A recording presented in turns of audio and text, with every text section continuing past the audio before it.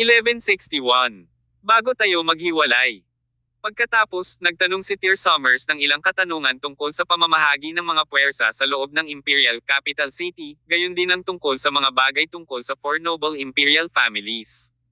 Si Celio Windsor ay tapat na nagsalita at sinabi kay Tyr ang lahat ng kanyang nalalaman. Matapos makinig sa pagsasalita ni Celio ng higit sa kalahating oras, sa wakas ay nagkaroon ng sistematiko at eksaktong pag-unawa si Tyr sa mga imperial na pamilya ng Imperial Capital City. Kailan ka pupunta sa Imperial Capital City, Junior Marshal Uncle? Tanong ni Celio. I can't say exactly when, but it won't take more than a month. I will contact you when I got there, sagot ni Tyr. I will wait your call then, nagmamadaling sabi ni Celio. Medyo gabi na, kaya pupuntahan ko si Elas Capel na mag-ayos ng kwarto para sa iyo. Umiling si Tyr at tinanggihan ang kabutihang loob ni Celio, hindi na kailangan. Bagamat nalutas na ang usapin sa pagitan niya at ng maharlikang pamilya ng Capel, ang paggamit ng lakas ang nagtulak kay Elas Capel na yumuko ang kanyang ulo. Hindi naisip ni Tyr na tama na dito siya magpalipis ng gabi. Mabilis siyang umalis sa Capel Royal Manor at naghanap ng hotel na matutuluyan. Pagkatapos ay nag-book siya ng flight pabalik sa Con City kinaumagahan. Nagmamadaling umalis si Tyr kahapon nang hindi man lang kinikilala si Winifred Zia at ang iba pa. Kaya, napuno sila ng pag-aalala kagabi hanggang sa tinawagan ni Tyr si Winifred para sabihin sa kanya na naresolba na ang usapin at babalik siya pagdating ng araw. Saka lang nakatulog si Winifred sa pagkataranta. Nang bumalik si Tyr sa Lunar Mountain Villa, kinabukasan na ng hapon. Naghihintay sina Winifred at Cyrene Summers sa front gate ng villa para kay Tyr. Bagamat alam niyang naayos na niya ang bagay at uuwi na siya, nanatiling nakakulong si Winifred. Hanggang sa bumaba si Tyr sa sasakyan ay tuluyang naalis sa isip niya ang bigat. Daddy! Nagmamadaling tumakbo si Cyrene papunta kay Tyr, na binuhat siya nito sa kanyang mga braso. Daddy, saan po kayo nagpunta kagabi? Sobrang nag-aalala sina Mama at Lola. Lumabas si Daddy para ayusin ang ilang bagay. Ngayong naayos na ang lahat, bumalik na ako. Pagpapatuloy ni Cyrene, dahil ba sa akin? Daddy, nagka-problema ba ako this time? Kaya ba kailangan mong tumakbo ng ganito, Daddy? No, Daddy has dealt with the issue. You have to go back to school now, Cyrene. Remember, no more conflicts with your fellow students. Okay. Same time na tumango si Cyrene. Daddy, hindi na po ako makikipag-away sa ibang estudyante. Alam kong nagkamali ako. Sa mga sumunod na araw, pinahanap ni Tyr si Drake Tucker ng ibang paaralan na papasukan ni Cyrene. Gayunpaman, si Cyrene ay napaharap sa maliliit na problema nang siya ay pumasok sa paaralan. Maaaring malaki ang epekto sa kanya ng naunang pangyayari at nag-iwan ng psikolohikal na anino sa kanyang puso. Gayunpaman, sa patnubay ni Tyr at Winifred, hindi nagtagal ay nasanay na rin si Cyrene sa buhay sa paaralan. Nang gabing iyon, hinawakan ni Tyr si Winifred at isinandal sa bintana para tingnan ang mga kumikislap na neon lights ng lungsod sa paanan ng bundok. Tanong ni Winifred, na nasa yakap ni Tyr, Honey, remember noong una tayong lumipat dito at sumandal sa bintana para humanga sa night view? I do, tumango si Tyr. Noong panahong iyon, nangako ako sa iyo na kapag natapos ko na ang pakikitungo sa pamilyang Summers, mananatili ako at mamumuhay tayong masaya bilang isang pamilya. Baka sa mga mata ni Tyr ang kawalan ng magawa. I'm sorry, my love. I broke my promise. Tumingin si Winifred kay Tyr, puno ng pagmamahal ang kanyang tingin habang nakangiti at sinabing, hindi kita sinisisi. Pupunta ka bukas sa Imperial Capital City. Gaano katagal bago ka bumalik? Hindi ko alam. Umiling si Tyr. Ang dugong minana ni Cyrene sa akin ay nagdulot ng napakasamang kahihinatnan. Dapat kong malaman kung ano ang nangyayari sa dugong ito sa lalong madaling panahon. Kung hindi, nag-aalala ako na may mas kakila-kilabot na mangyayari. At ikaw naman? Tanong ni Winifred. Walang gana si Tyr na balikan ang nangyari sa dog shed noong araw na iyon. Sinabi niya, mas malala pa ang sitwasyon ko kaysa kay Cyrene. Gayunpaman, tinatakan ng aking Panginoon ang mga meridian ng Heptasil Maneuver. Hindi ito dapat magdulot ng problema sa maikling panahon. Kailangan kong makahanap ng solusyon para sa dugong berserker kahit na ano. Sinabi sa akin ng aking amo na kung gusto kong makaisip ng paraan para harapin ito, kailangan kong pumunta sa Imperial Capital City para hanapin si Dalton Alroy. Hindi ba delikado iyon? Nangangamba si Winifred. Tear chuckled, "The Mad King? Dalton Alroy? Is my grandfather. It won't be dangerous. Talaga. Magtiwala ka sa akin," paninindigan ni Tear, malinaw sa kanyang mukha ang determinasyon. "Huwag kang mag-alala, mahal ko. Babalik ako bago mo malaman." Ang katotohanan ng bagay ay nakita ni Tear na walang katapusan sa kanyang paglalakbay sa Imperial Capital City. Bagamat malapit na siyang nauugnay sa mga imperial na pamilya ng Imperial Capital City, hindi niya masabi kung ano ang magiging sitwasyon. Kunin lamang ang Dalton Alroy bilang isang halimbawa. Kahit na si Dalton ang kanyang lolo, at ang pamilya Alroy ay ang maternal na pamilya ng kanyang ina, hindi alam ni Tear kung ang pamilya ay may mabuti o masamang damdamin sa kanyang ina. Marahil ay kailangan niyang pangasiwaan ang mga gawain ng pamilya Dalton sa susunod na magiging mas mahirap kaysa sa pakikitungo sa pamilyang Summers. Higit pa rito, ang Imperial Capital City ay ang home base ng 4 noble imperial families, na nakaupo sa ibabaw ng Pyramid of Existence sa mundo. Si Tear dati ay nakakapagdiskarte kahit saan siya magpunta. Gayunpaman, wala siyang pundasyon sa pagkakataong ito. Nasa Imperial Capital City din si Snow. "Dapat puntahan mo siya kung may oras ka pagdating doon," sabi ni Winifred. Talaga? Nagpatuloy si Winifred, "Oo. Ang pelikulang Whitesnake ay isang mahusay na tagumpay. Kaya, ang katanyagan ni Little Snow ay lumalago." Siya ay inanyayahan na pumunta sa Imperial Capital City ng isang pangunahing direktor upang mag-film ng isang bagong palabas. Inaprubahan ko ang kanyang pagpunta doon. Sa ilalim ng pamamahala ni Henry Walker, ang Autumn Field Media ay naging isang first-rate na kumpanya ng entertainment. Si Snow Fenner na ngayon ang pinakamainit na A-list celebrity sa bansa. Tinatrato siya ni Tear at Winifred na parang kapatid nila. Natural na masaya sila para sa kanya na magkaroon ng ganoong tagumpay. Tumango si Tear. "I will make time to visit her pagdating ko doon.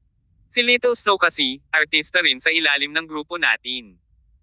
Habang sinasabi niya iyon ay hinawakan ni Tear ang mukha ni Winifred at hinalikan siya sa noo.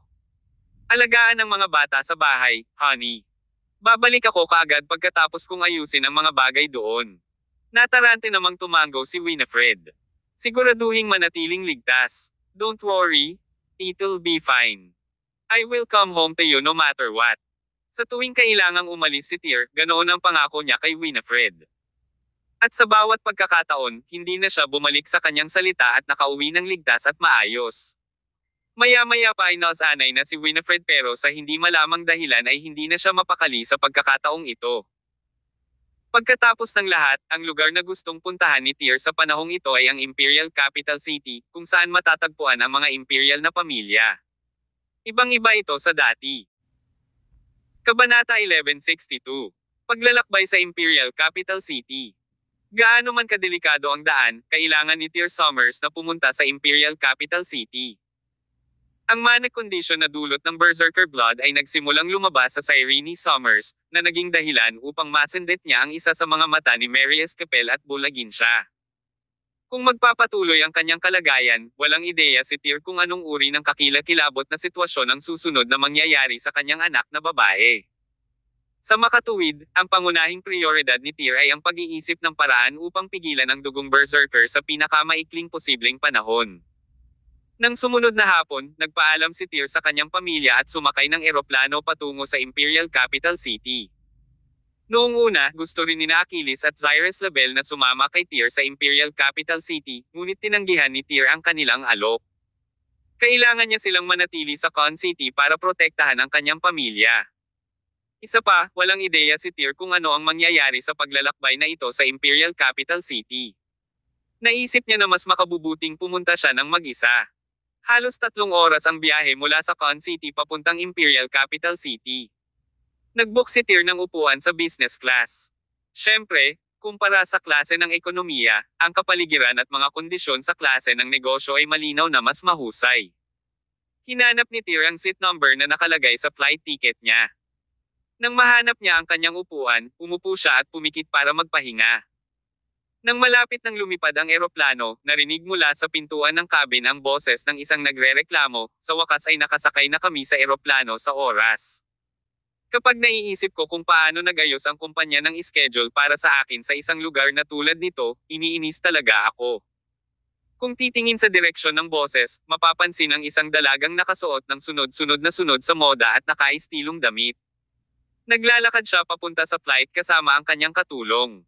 Agad namang may nakakilala sa pagkakakilanlan ng dalaga at nagulat na sumigaw, "Cherry Poppins!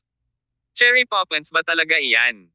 Sabi ng mga tao, mas mataas ang chance na makabangga ng isang celebrity sa business class, pero hindi ako naniniwala hanggang ngayon. Hindi ko akalain na makakabangga talaga ako ng isang celebrity dito. Isang batang babae ang tumayo mula sa kanyang kinauupuan at tumingin sa nakaistilong at magandang babae na may ngiti sa kanyang mukha. Puno ng excitement at paghanga ang mga mata niya sa celebrity na iyon. Sa mga oras na ito, daldal at reklamo pa ng paulit-ulit si Cherry. Nang mapansin ng katabi niyang katulong na may nakakilala sa kanya, dali-dali niyang pinaalalahanan si Cherry sa mahinang boses, "Miss Cherry, remember who you are." Saka lang nag-react si Cherry. Inalis ang inis na ekspresyon na mayroon siya, agad siyang nagpakita ng isang propesyonal na ngiti. Kasunod nito, tinulungan ng assistant niya si Cherry na mahanap ang upuan niya, nakatabi lang ni Tear. Wala ni Katie Ting na interes si Tear sa mga celebrity. Dahil dito, hindi niya masyadong pinapansin ang dalaga. Mabilis na lumipad ang eroplano, habang si Tear ay patuloy na nakapikit para magpahinga at hindi nagtagal ay nakatulog. Hindi alam kung gaano katagal nakatulog si Tear nang bigla niyang narinig ang mahinang boses sa diskusyon. "Amy, malapit na tayong mapunta sa Imperial Capital City. Nagawa mo na ba ang bagay na iniutos ko sa iyo?" Boses iyon ni Cherry. Bagamat medyo mahina ang volume ng pagsasalita niya para silang dalawa lang ang makakarinig, maririnig ni Tear ang kanilang pag-uusap ng malakas at malinaw, salamat sa kanyang pambihirang pandinig. "Huwag kang mag-alala, Miss Cherry. Nakahanda na ang lahat. May piging nagaganapin sa Grand Isle Resort mamayang alas 6. Pupunta rin ang batang iyon, Snow Fenner. Pagdating ng oras, ipapainom ko sa kanya ang isang tao pagkatapos, maaari nating samantalahin ang pagkakataong ipadala siya sa silid na naayos na natin." Perpekto. Agad na bumungad sa mukha ni Cherry ang matinding bangis, kaka-rating lang ng bata na iyon sa Imperial Capital City. Pero, ninakaw niya ang papel na dapat ay sa akin. Sa pagkakataong ito, sisiguraduhin kong mawawala lahat ng katayuan niya at reputasyon. Napangisi si Amy at sinabing, "Huwag kang mag-alala, Miss Cherry. Ang bata na iyon ay isang walang kwentang celeb na sumikat sa isa o dalawang drama. Ilang minuto lang ang aabutin natin siya." Snow Fenner. Nang marinig ni Tear ang dalawang salitang iyon, agad niyang inangat ang ulo.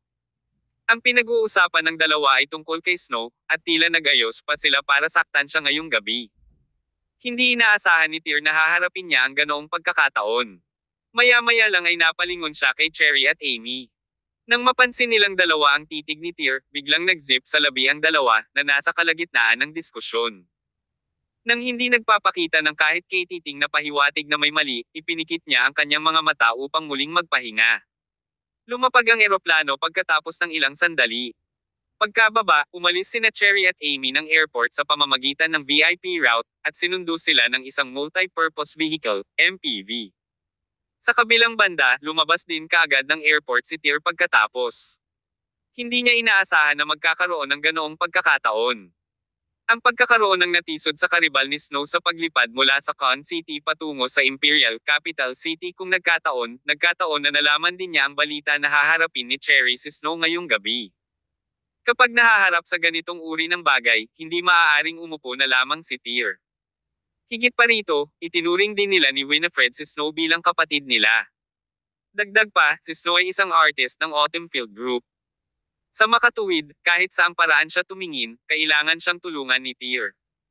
Noong una, binalak ni Tear na kontrolin si Cherry at ang kanyang assistant pagkababa niya ng eroplano. Ngunit, hindi niya magagawa ang ganoong bagay sa paliparan. Gayon din, ang kanyang target ay direktang umalis sa ruta ng VIP, na iniwan ng Tear na walang pagkakataon na maabutin sila. Tiningnan ni Tear ang kanyang wristwatch. Ang oras na nakasaad sa relo ay alas 5 ng gabi. Wala pang isang oras, magsisimula na ang piging sa Grand Isle Resort. Dapat ay pumunta na si Snow sa hotel sa ngayon. Inilabas ni Tear ang kanyang cellphone, agad na tinawagan ni Tear si Snow, ngunit walang sumasagot ng matagal. Bilang isang celebrity, hindi karaniwan para kay Snow na magkaroon ng maraming numero ng telepono.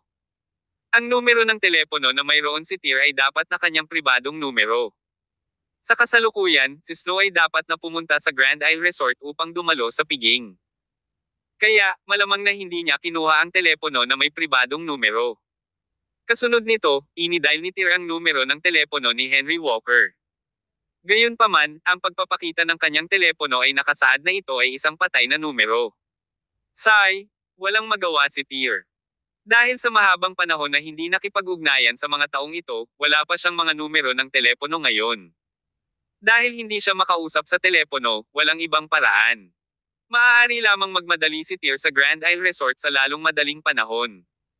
Kung dumating siya ng huli, sino ang nakakaalam kung ano ang mangyayari kay Snow? Hindi nagtagal, pumara ng taxi si Tyr at sumakay. Ang driver ng taxi ay tubong Imperial Capital City. Pagkasakay ni Tyr sa kotse, nagtanong siya sa karaniwang lokal na dialect, "Where?" "Grand Isle Resort," sagot ni Tyr. Sa sandaling ibukan ni Tyr ang kanyang bibig, ang driver ng taxi ay maaaring sabihin na siya ay hindi isang lokal. "Sir, hindi po kayo taga dito ha? Are you here for entertainment? Grand Isle Resort is a place dedicated for big stars and directors to have fun and go wild," sabi ng driver. "Oh," mahinang tugon ni Tyr. Dagdag pa niya, "Better start driving. Nagmamadali ako." "Okay." Inapakan ng driver ng taxi ang accelerator habang patuloy, hindi ganoon kalapit ang Grand Isle Resort sa airport. Mahigit 30 kilometro ang layo. 30 kilometro. Kumunat ang noo ni Tyr at sumagot, "Bakit 15 kilometers lang ang layo ng navigation ko?" Nakangiting awkward ang driver ng taxi at nagpaliwanag, "Sir, wala po kayong ideya. Halos 6:00 na ngayon. Malapit nang matraffic ang kalsadang idinidirekta ng navigation. Dadalhin kita sa isang kalsadang hindi masikip." Kabanata 1163. Grand Isle Resort. Tinatimad si Tyr na makipag-usap sa driver ng taxi na ito. Direkta niyang hinugot ang ilang daang dollar bill mula sa kanyang wallet at inihagis ito sa mga kamay ng driver. "Nagmamadali ako. Dalhin mo ako doon sa loob ng 15 minuto. Kung hindi, huwag mo akong sisihin sa pagiging masungit," utos ni Tyr. Ilang saglit, bumagsak ang temperatura sa sasakyan sa biglang lamig.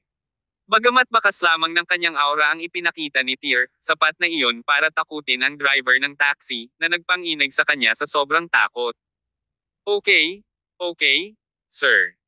Naramdaman ng mapang-akit na aura na nagmumula kay Tyr, hinampas ng driver ang accelerator at pinaandar ito ng napakabilis, patungo sa direksyon ng Grand Isle Resort.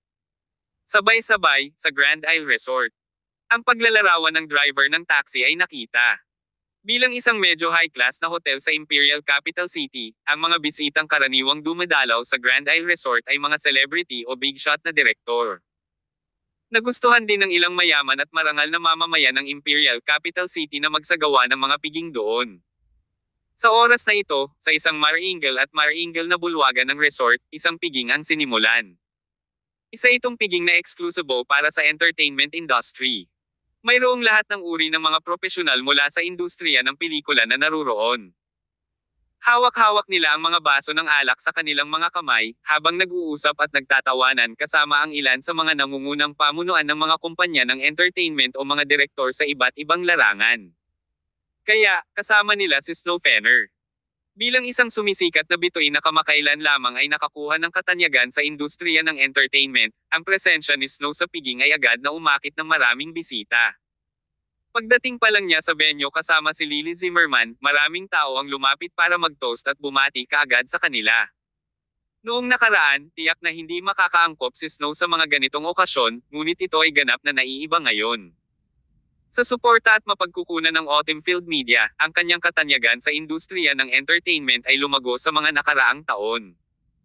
Dahil karaniwan na sa kanya ang dumalo sa mga ganitong klaseng kaganapan, komportable na siya ngayon sa ganitong sitwasyon. Gayunpaman, si Snow ay isang poor drinker pa rin. Dahil sa kanyang matatag na background, hindi na niya kailangang dumalo sa hindi kinakailangang mga sesyon ng pag-inom at uminom kasama ng mga bisita. Palibhas ay matuwid at pinananatili ang kanyang personal na integridad kahit nakasama siya ay palaging hininga ng sariwang hangin sa industriya ng entertainment.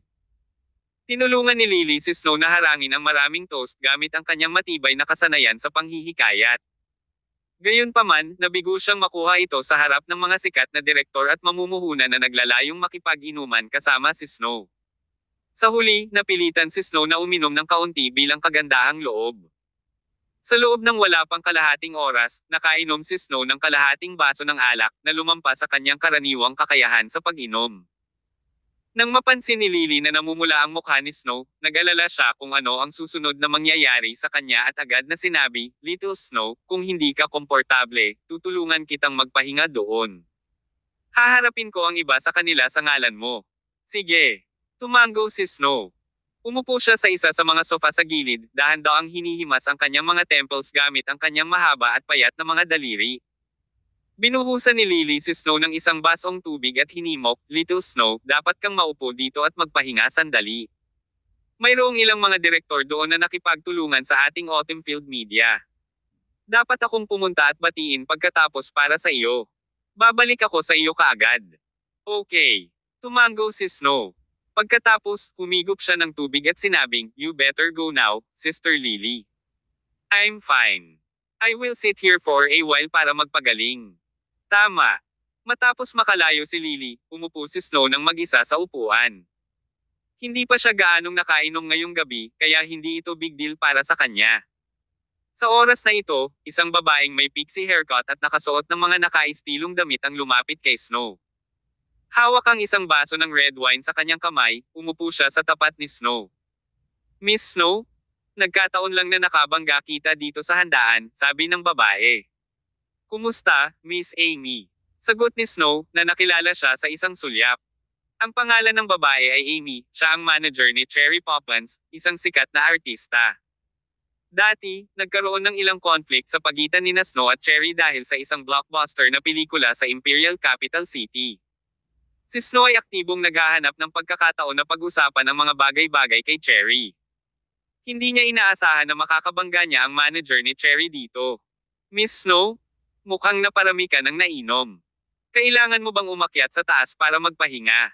Nagkataon na nasa taas din si Cherry. Baka pwede mo naman siyang samantalahin," sabi ni Amy. "Nandito rin ba si Miss Cherry?" Tanong ni Snow. "Oo, pero hindi talaga siya fan ng ganitong klaseng maingay na okasyon. Napakaraming basura sa banquet na may maduming iniisip. Nakakainis sila Miss Cherry. Pero, ipinag-uutos ng kumpanya na dumalo siya, kaya pinili niya upang manatili sa isang tahimik na lugar sa ikalawang palapag upang matapos ito. Speaking of which, hindi rin ako mahilig sa ganitong klaseng event." Ngumiti si Snow at tumayo. "There was some misunderstanding between Miss Cherry and I before. I bet this must be the right opportunity for me to have a good chat with her." Ngumiti si Amy. "Talaga nga. Sumama ka sa akin, Miss Snow." Dahil dito, sinundan ni Snow si Amy sa ikalawang palapag, kung saan mayroong isang maliit na bulwagan na pinalamutian ng maganda. Sa loob, mag-isang nakaupo si Cherry sa dining table, nakatingin sa isang baso ng red wine sa harap niya. Hindi alam kung ano talaga ang nasa isip niya. "Miss Cherry? Andito na po si Miss Snow." Nang marinig ang boses ni Amy, agad na nawala ng ulirat si Cherry, na may magalang na ngiti na agad na sumilay sa kanyang mukha. "Hello, Miss Cherry." Nakipagkamay si Snow kay Cherry nang walang tagal. Parehong may ngiti sa kanilang mga labi. Mukhang maganda ang relasyon nila. "Hello, Miss Snow. This is the first time we've met face to face, di ba? Mas lalo kang gumanda sa totoong buhay kaysa sa TV screen." "Nako, salamat sa papuri, Miss Cherry. I can say the same about you." Habang nakaupo ang dalawa, sabay na tanong ni Amy, "Miss Snow, gusto mo bang uminom? Gusto mo ba ng isang baso ng red wine? Gusto ko ng isang tasa ng tsaa." "Hindi ako masyadong mahilig uminom," sagot ni Snow. "Okay, saglit, please." Pagkatapos noon, nagpunta si Amy para magbuhos ng isang tasa ng tsaa para kay Snow. Samantala, nagsimulang makipag-chat si Snow kay Cherry, na ang paksa ng pag-uusap ay pangunahing umiikot sa usapin tungkol sa nakaraang blockbuster na pelikula. "Miss Cherry? About the role of the female lead in Emerald, I'm deeply sorry about that. I didn't mean to steal your role." Bago pa matapos ni Snow ang kanyang mga salita, ngumiti si Cherry at pinutol siya, "Haha, anong pinagsasabi mo, Miss Snow?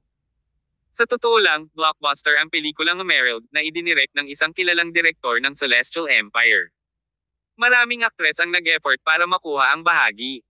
Hindi lang ang female lead, ito ang same para sa mga supporting roles." "Tama ka. By all means, I was meant to be the female lead of Emerald noong una. Pero, it was due to company arrangement that the role became your afterwards. Ang kumpanyang kinaroroonan mo, Autumnfield Media, ay umuunlad sa industriya ng entertainment sa nakalipas na 1 taon o 2.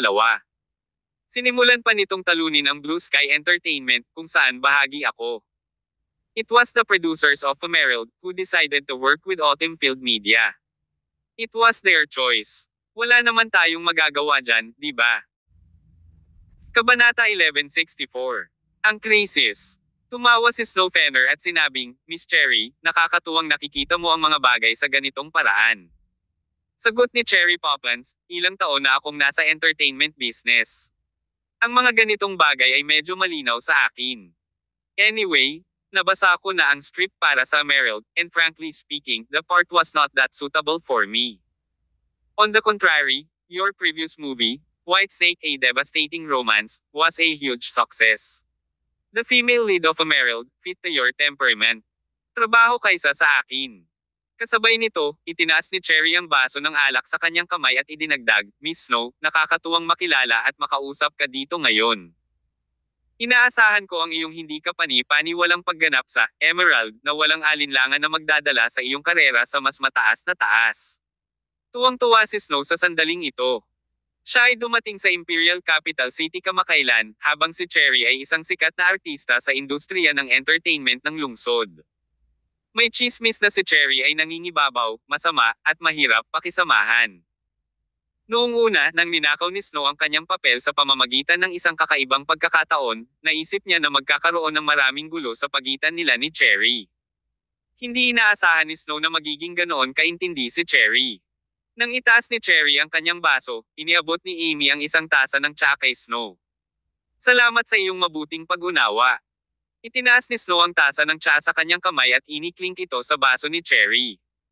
Marahil ay magkakaroon pa tayo ng maraming pagkakataon para magtulungan sa hinaharap.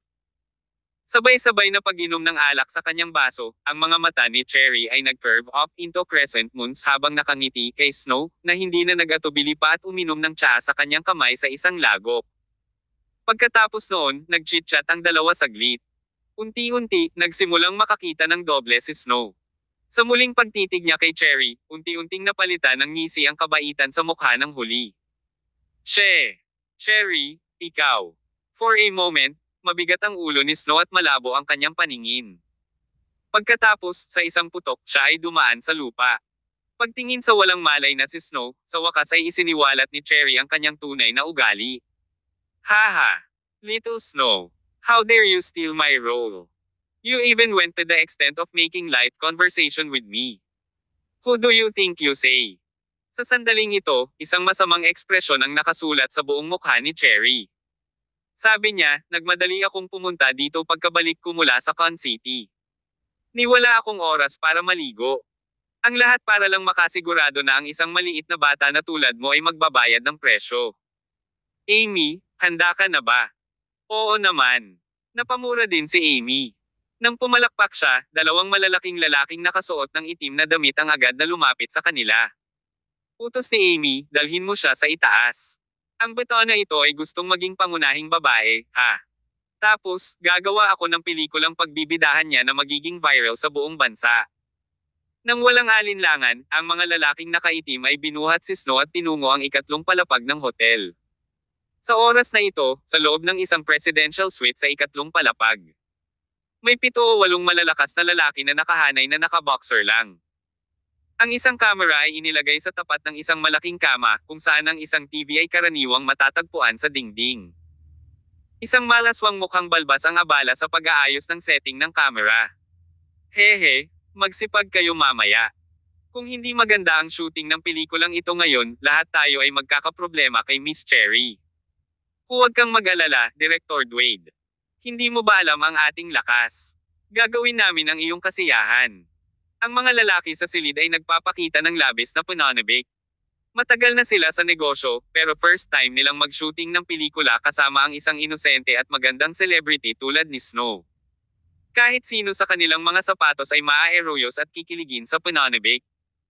Hindi nagtagal, binuhat ng dalawang malalaking lalaki si Snow sa kwarto at inihagi sa ibabaw ng kama na may kulay pink na bedsheet. Tuwang-tuwa ang lahat ng lalaking naruroon nang makita nila ang napakagandang Diyosa. Humanda ka. Ihanda mo ang sarili mo. Sa sandaling ibinigay ni Director Dwayne ang utos na iyon, lahat ng lalaking iyon ay agad na lumapit kay Snow.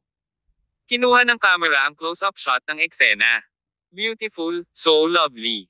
Next up, you guys can take the stage. Lahat ng 7 o 8 malalaking lalaki ay tuwang-tuwa tulad ng mga gutom na lobo habang sila ay sumusugod patungo kay Snow. Ang bitag na ito ay sapat na upang magdala ng kahihiyan at kapahamakan kay Snow. Kapag ang video ngayon ay nakuhanan at naipublish online, ang kanyang reputasyon ay mahuhulog ng magdamag mula sa inosenteng Diyosa ng bansa hanggang sa isang masama. Kapag nangyari iyon, kalimutan na ang babaeng lead ng Emerald, wala nang lugar para kay Snow sa buong entertainment industry. Gayon din, dahil sa likas na katangian ni Snow, walang alinlangan na mawawalan siya ng gana na mabuhay sa mundo pagkatapos na mapahiya. Sa oras na ito, sinimulan ng ilang lalaki na punitin ang damit ni Snow. Subconsciously, siya ay sinusubukan upang labanan sa isang tulala. Quite a strong character. This woman refuses to cooperate with us. Director Dwayne, ano ang dapat nating gawin ngayon? Haha, the more uncooperative she is, the better effect. All of you guys are big man, yet you cannot even deal with a woman. Bilasan mo. Ilabas mo ang iyong kakayahan na kalupitan. Roger that, Director Dwayne. Nang mapansin na si Snow ay patuloy na lumalaban kahit na sa kanyang gulong estado ng kamalayan, ang mga lalaki ay lalong nasasabik. Sa kritikal na sandali nang si Snow ay malapit nang mawalan ng pag-asa, isang malakas na kalabog ang tumunog mula sa pintuan. Isang dumadagindong na tunog ang nagmula sa nakalock na pinto, na ngayon ay sinipa ng puwersahan. Ang malakas na ingay na iyon ay ikinaalarma ng lahat na naruroon sa pinangyarihan. Ang kapaligiran sa loob ng suite ay agad na nagyelo habang ang lahat ay nakatingin sa pinto ng sabay-sabay. Mukhang halimaw, si Tear Summers ang nasa pintuan. Naglabas ng malakas na aura ang kanyang katawan habang sunod-sunod na hakbang papasok sa silid. Nang makita niya si Snow na nakahiga sa kama at natanggal ang kalahati ng kanyang damit, napabuga siya ng malamig na hangin. Kasabay nito ay ang matinding galit sa kanyang puso. Noon pa man ay tinuring ni Tear at Winifred si Snow bilang kanilang kapatid, at hindi niya inaasahan na ang kanyang kapatid na babae ay nasa bingit ng kahihiyan. Ang eksena ay magagalit sa sinumang nasa kanyang sapatos. Sa kabutihang palad, dumating si Tear sa pinangyarihan sa tamang oras, bago pa man napinsala si Snow. Kung siya ay pumasok kahit ilang minuto lang ang lumipas, ang mga kahihinatnin ay hindi maiisip. Isang galit na dagindong ang pinakawala ng maalay na direktor, sino ka? Dahil sa sitwasyon, hindi napigilan ni Tear na magmura, papatayin kita. Pagkatapos, humakbang siya pasulong at binigyan ng direktor ng isang malakas na sipa sa kanyang tiyan. Nagpakawala ng isang kahabag-habag na sigaw, ang lalaki ay lumipad paatras kaagad, na may malaking subo ng dugo na umaagos mula sa kanyang bibig. Kinukuha pa rin ng kamera sa harap niya ang lahat. Sa isang suntok, hinampis ni Tear ang mga piraso. Napakabilis ng lahat kaya natagalan bago mag-react ang grupo ng mga lalaki sa tapat ni Tear. May gumagawa ng eksena. Anak, how dare you spoil our occasion? You're looking for your own death. Ang malalaking lalaking iyon ay agad na sumabog sa matinding galit. Sa simula, maaari nilang samantalahin ang pagkakataong ito upang matikman ang isang Diyosa. Gayunpaman, hindi nila inaasahan na subukang magpakita ng hindi inaasahan at magambala ang kanilang plano. Ang sinumang tao ay nahulog sa isang walang kapantay na puot.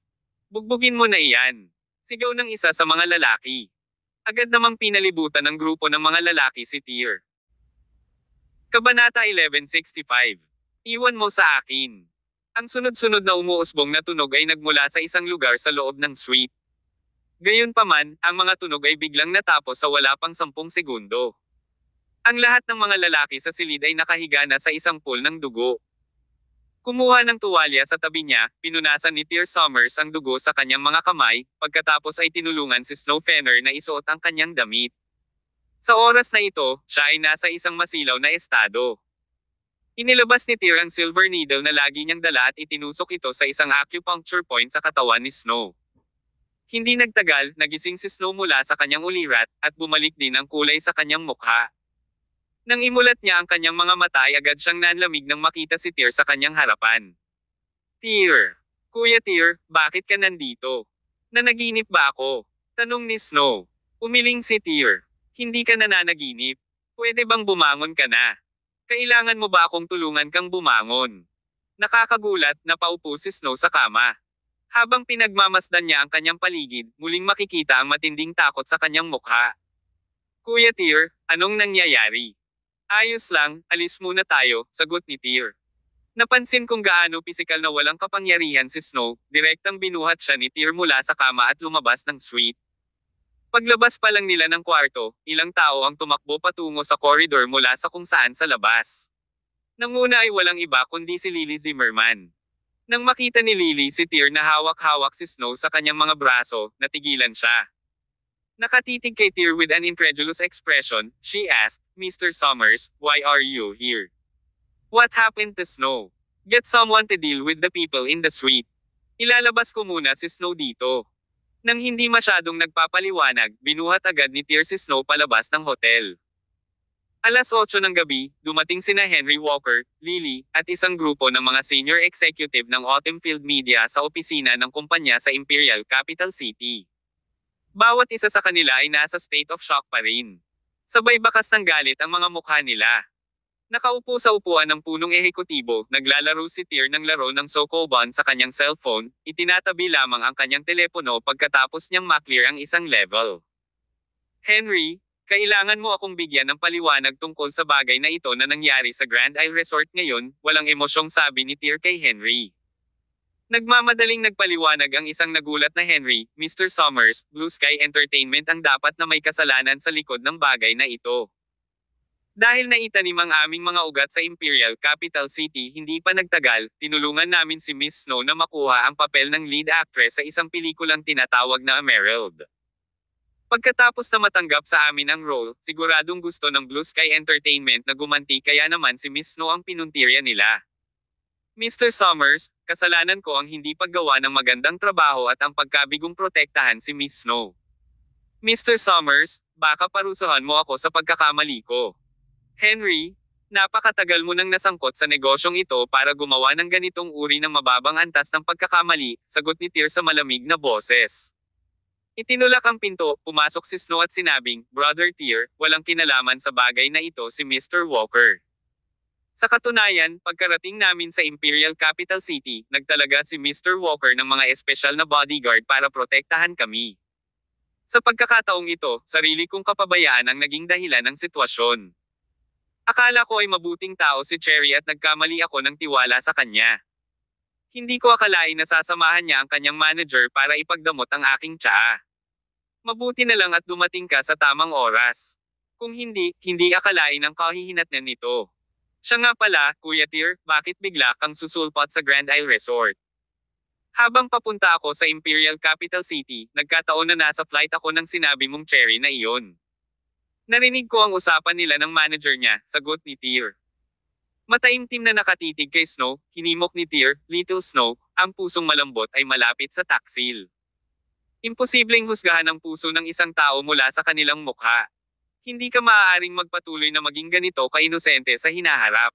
Hindi ko na itutuloy ang bagay na ito, ngunit hindi na ito dapat maulit.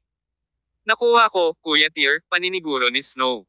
Tulad ng sinabi ni Snow, ang bagay na ito ay walang pakialam sa iba. Ang sarili lang ni Snow ang masisisi ng isa sa pagiging inosente.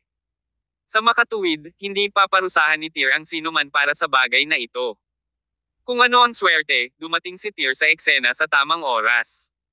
Sa kabutihang palad, si Snow ay hindi nakaranas ng anumang pinsala, kung hindi, ang kalikasan ng bagay na ito ay magiging malubha.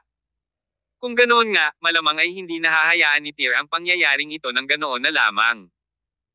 Ang paglalagay ng relasyon sa pagitan ni Snow, Tyr, at Winifred Zia, malabong payagan ni Tyr ang mga masasamang tao na maging ganito ka-arrogant at lumayo na lang, kahit na nangyari ang insidenteng ito sa ibang mga artista ng Autumn Field Media. Sa pagkakataong ito, pumunta si Tyr sa Imperial Capital City para alamin kung ano ang nangyayari sa dugong berserker sa kanyang katawan. Ngunit, dahil siya ay natisod sa isang bagay na nag-aalala kay Snow, tulad ng inaasahan, kailangan niyang gumugol ng oras sa paglutas nito sa unang pagkakataon. Henry, naging maayos ba ang lahat sa development ng Autumn Field Media sa Imperial Capital City? Nag-aalalang tanong ni Tyr na nakataas ang baba gamit ang kamay. Nagmamadaling sumagot si Henry, Mr. Summers, lahat ng iba ay maituturing na smooth sailing, ngunit nagkaroon kami ng problema sa Blue Sky Entertainment. Ang kumpanyang iyon ay may medyo matatag na background sa Imperial Capital City. Ang kanilang pag-iral ay maaaring ilarawan bilang isang lokal na malupit. There had a conflict between Autumn Field Media Blue Sky Entertainment regarding the female lead role of Emerald. Now, they have made a move against Miss Snow. Baka nabigo sila this time, but they will definitely try something again in the future. Tumango si Tyr. Ang Imperial Capital City ay isang komplikadong lugar kung saan ang mga manloloko ay nakikihalubilo sa mga tapat na tao. Kasabay nito, ang lungsod na ito ay kung saan matatagpuan ang tanggulan ng apat na pamilya ng Imperial, kaya't ganap na normal para sa iyo na makatagpo ang lahat ng ito. Ngunit, ang aking paninindigan ay nananatiling pareho. Kahit saan kami pumunta, ang aking Autumn Field Group ay palaging magagawa kung ano ang gusto namin sa mga industriya kung saan kami bahagi. Dahil sa Blue Sky Entertainment ay naglakas loob na gumamit ng ganitong maruruming taktika sa atin, at hindi nila ako masisisi sa pagiging malupit sa kanila. Sa sandaling ito, ang temperatura ng buong silid ay tila bumagsak ng maraming degree. Naramdaman ng lahat ng naruroon ang mamamatay tao na aura na nagmula sa katawan ni Tyr. Mr. Summers, malalim ang background ng Blue Sky Entertainment na iyon sa Imperial Capital City. Kung gusto nating humingi ng hustisya para sa bagay na ito, sa tingin ko kailangan nating mag-isip ng mahaba at mabuti, sabi ni Henry, na kumunat ang noo. Pinaikit ni Tyr ang kanyang mga mata at tinitigan si Henry. Natatakot ka ba sa kanila? Nagmamadaling umiling si Henry. Hindi ako natatakot sa kanila, ngunit dahil sa kasalukuyang sitwasyon, hindi kami maaaring makipag-head-to-head sa Blue Sky Entertainment sa ngayon. Haha! Tumayo si Tyr at tinapik ang balikat ni Henry. Ipaubaya mo na lang sa akin ang bagay na ito. Pagkasabi noon, desididong umalis ng opisina si Tyr. Maya-maya, naghapunan si Tyr kasama sina Snow at Lily. Pagkatapos kumain, nagpahinga si Tyr sa kwartong inayos ni Henry para sa kanya. Nagsimula siya sa pamamagitan ng pag-video call kay Winifred at sinabi sa kanya na maayos ang lahat. Para hindi siya mag-alala, hindi sinabi ni Tyr sa asawa ang nangyari kay Snow ngayon. Matapos tapusin ang video call na iyon, gumawa si Tyr ng isa pang internasyonal na tawag sa telepono. Pagkakonekta pa lang ng tawag, isang malalim na boses ang tumunog mula sa kabilang dulo ng telepono, "Boss, matagal mo na akong hindi tinatawagan. Why are you thinking of me out of the blue?" Kabanata 1166. The Mighty Shadow Department. Ang taong sumagot ng telepono ay si Chiroptera, isa sa 18 general ng Regal Palace. Siya rin ang naging pinuno ng Shadow Department, ang Intelligence Division ng Regal Palace. Chiroptera, matagal na mula noong huli kitang tawagan. Remember I told you last time na hindi ako kontento sa development ng Shadow Department? Sabi ni Tyr. Mula sa kabilang dulo ng tawag, nagmamadaling sumagot si Chiroptera, "Boss, huwag kang mag-alala. Natuto ako sa masakit na karanasan. Ang Shadow Department ay sumailalim sa mahusay na pag-unlad sa nakaraang taon o hinaharap. Kahit na ito ay hindi maihahambing sa isang organisasyon tulad ng GPE na gumagamit ng mga alternatibong pamamaraan, ang aming sariling sistema ng katalinuhan ngayon ay sumasaklaw sa kalahati ng mundo. Ito ngayon ay itinuturing na isa sa mga pinakamahusay sa internasyonal na arena." Ganun ba? Bahagyang tumawa si Tyr at nagtanong, sakop ba nito ang Celestial Empire? Tinapik-tapik ni Chiroptera ang kanyang dibdib at tiniyak, syempre. Ang Celestial Empire ang hometown ng ating Regal Palace. Natural, ito ang priority ng ating intelligence system. Napasok na ng ating Shadow Department ang iba't ibang industriya.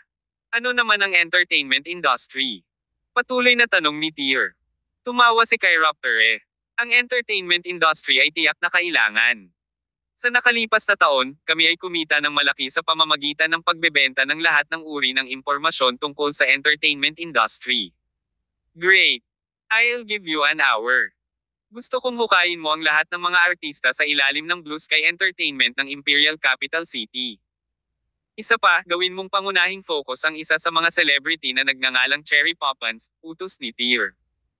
Isang natigilan na Chiroptera ang nanunukso, "Boss, ano ang sinusubukan mong gawin?" Nasaran ka na ng loob sa pakikialam sa negosyo ng industriya ng entertainment. Bilasan mo lang at tapusin mo na ang trabaho. What's with all that nonsense? Bulalas ni Tyr. Nagpakawala ng tawa si Chiroptera sa kabilang dulo ng telepono. Okay, boss. I promise to complete the task. Mababaon ko ang ganitong klaseng dumi sa loob ng wala pang isang oras. Ilang minuto ay higit pa sa sapat. Pagkatapos niyang ibaba ang telepono ay naligo na si Tyr. Sa oras na tapos na siya, naipadala na ni Chiroptera ang lahat ng impormasyong kailangan niya, at pagkatapos ay ipinagpatuloy ni Tyr ang pag-scroll sa kanyang telepono. Kahit na siya ay isang manadumaan sa ups and downs sa kanyang buhay, siya ay tulala pa rin sa impormasyon. Gaya ng inaasahan, ang gulo ng entertainment industry ay lampas sa imahinasyon ng mga ordinaryong tao. Ito ay mas kapana-panabik kumpara sa mga plot na karaniwang nakikita sa mga pelikula. Tumango si Tyr bilang kasiyahan habang tinitingnan ang impormasyon sa kanyang telepono, pagkatapos ay muling nakipag-ugnayan kay Chiroptera at hiniling sa kanya na kumuha ng hacker upang ilantad ang lahat ng impormasyong ito online. Sa parehong oras, sa isang marangyang pinalamutian na villa. Katatapos lang mag-shower, nagsuot si Cherry ng sexy na silk nightgown at nakahiga sa malambot na sofa habang nagsusuot ng face mask. Ilang araw na ang nakalipas, inayos ng kumpanya na dumalo siya sa isang palabas sa isang liblib na lugar tulad ng Con City. Labis na ikinalungkot ni Cherry, kaya hindi nag-improve ang mood niya nitong mga nakaraang araw. Gayunpaman, pagkatapos ng insidente sa Grand Isle Resort, ang kanyang espiritu sa wakas ay nabuhayan ng kaunti. Amy, ano na ang progress sa side ni Dwayne? Naipadala na ba niya ang video? Tanong ni Cherry. Mabilis na naglakad mula sa malapit, sumagot si Amy, wala pang balita. Tawagan ko siya at tanungin siya tungkol dito. Kaya, kinuha ni Amy ang kanyang telepono at idinial ang numero ng Director Dwayne. Kahit na konektado ang tawag, hindi ang direktor ang nagsalita, kundi isang pulis. Sinabi niya kay Amy na si Director Dwayne ay pinigil ng pulisya sa ilalim ng hinala ng pagkakasangkot sa isang kaso ng panggagahasa. Ang balitang ito ang ikinagulat ni Amy. Nagdahilan na maling numero ang naidial niya, dali-dali niyang ibinaba ang telepono.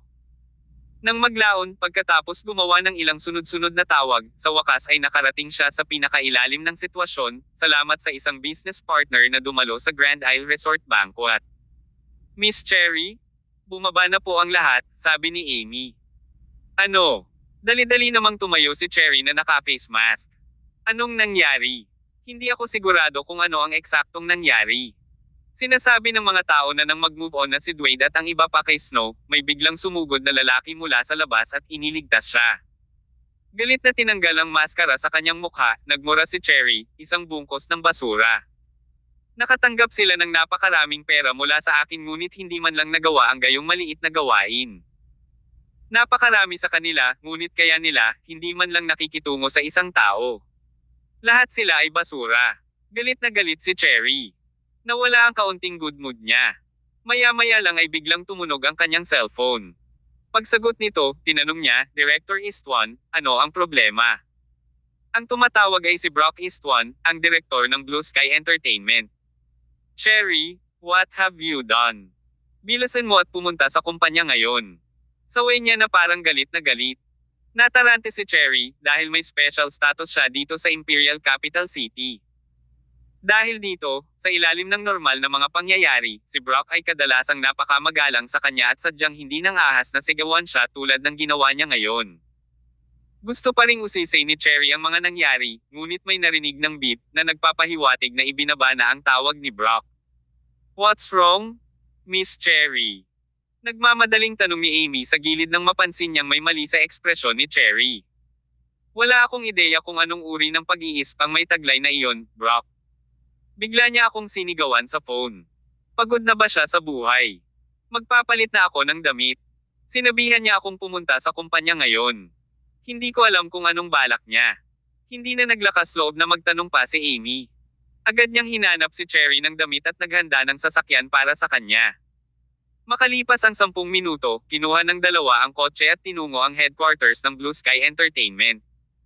Oras na para magsilabasan ang mga empleyado, ngunit ang Blue Sky Entertainment ay nagliliyab pa rin sa liwanag. Ang mga tauhan ay nakatanggap ng mga utos na manatili sa likod. Pagdating nina Cherry at Amy sa kumpanya, ang mga empleyadong kadalasang gumagalang sa kanya ay nakatingin kay Cherry na may kakaibang tingin. May mga taong palihim na nag-uusap tungkol sa isang bagay sa likod niya at tinuturo siya ng mga daliri. Naramdaman ni Cherry na may mali. Noong una, gusto niyang maghanap ng magtatanong tungkol sa kung ano ang nangyayari, ngunit ang katulong ni Brock ay nagmamadaling tumakbo patungo sa kanya. Hinihintay ka na ni Director Istvan sa opisina niya. Bilasan mo at pumasok ka na sa kwarto. Nang maramdamang may kakaiba sa tono ng katulong, agad na naaliw si Cherry. How dare you talk to me sa ganyang tono? Ang katulong, gayon paman, ay sumangot ng malamig at sinabing, kamatayan ay kumakatok sa iyong pinto, ngunit iniisip mo pa rin ang iyong sarili bilang isang big shot celebrity. Pagkasabi noon ay hindi na niya nilingon si Cherry at desidido na lang siyang umalis nang hindi lumilingon. Pinipigilan ni Cherry ang galit sa loob niya. Gusto niyang sumabog, ngunit ang paraan ng pakikitungo sa kanya ng lahat ng tao sa kumpanya ay nagbigay sa kanya ng isang kakila-kilabot na pakiramdam sa kaibuturan. Dapat may nangyaring malaki. Kung hindi, ang mga taong ito ay hindi magkakaroon ng gayong matinding pagbabago ng saloobin sa kanya. Ilang sandali pa ay nakaramdam pa ng pangamba si Cherry. Huminga siya ng malalim, mabilis siyang naglakad patungo sa conference room. Kabanata 1167. Triunso. Nang itulak ni Cherry Poppins ang pinto ng conference room, nagulat siya nang makitang hindi lang si Brock Istvan ang nasa kwarto. Naroon din ang ilan pang mga artista ng kumpanya. Ang kapaligiran ng buong conference room ay medyo awkward na lahat ng naruroon ay may malungkot na ekspresyon sa kanilang mga mukha. Nakaupo roon, nakakunot ang noo ni Brock na kahit ilang asul na ugat ay lumalabas sa kanyang noo. Sa buong panahon na nakilala niya ito ang unang pagkakataon na nakita ni Cherry si Brock sa sobrang galit. Napagtanto na malubha ang sitwasyon, inalis din ni Cherry ang mga emosyon na mayroon siya noon at sinubukan niyang makausap si Brock sa mahinahon at mapayapang tono. Director Istvan, anong nangyayari dito? Tanong niya. Di ba lagi ka sa phone mo? Malamig na pinandilatan ni Brock si Cherry. Naging viral ang usapin at wala ka pang nalalaman tungkol dito. Anong ginagawa mo sa lahat ng ito? Tulad ng sinabi ni Brock, kumuha ang isa sa mga artista ng isang tablet at iniabot ito kay Cherry, sinabing, Cherry, ikaw ang may pinakamaraming iskandalo. Hindi ako makapaniwala na ganito ka na dati. Kinuha ni Cherry ang tablet at nang makita niya ang laman ng webpage, napatulala siya. Hindi mabilang na hindi ka nais-nais na mga artikulo tungkol sa kanya ang naipublish online.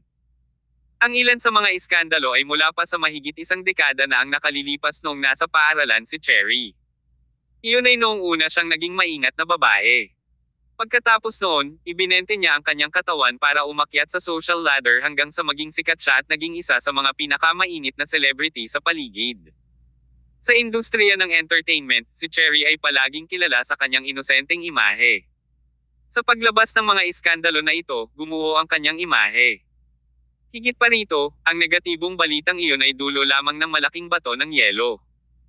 All these years, Cherry had took advantage of her status in the industry to oppress rookies.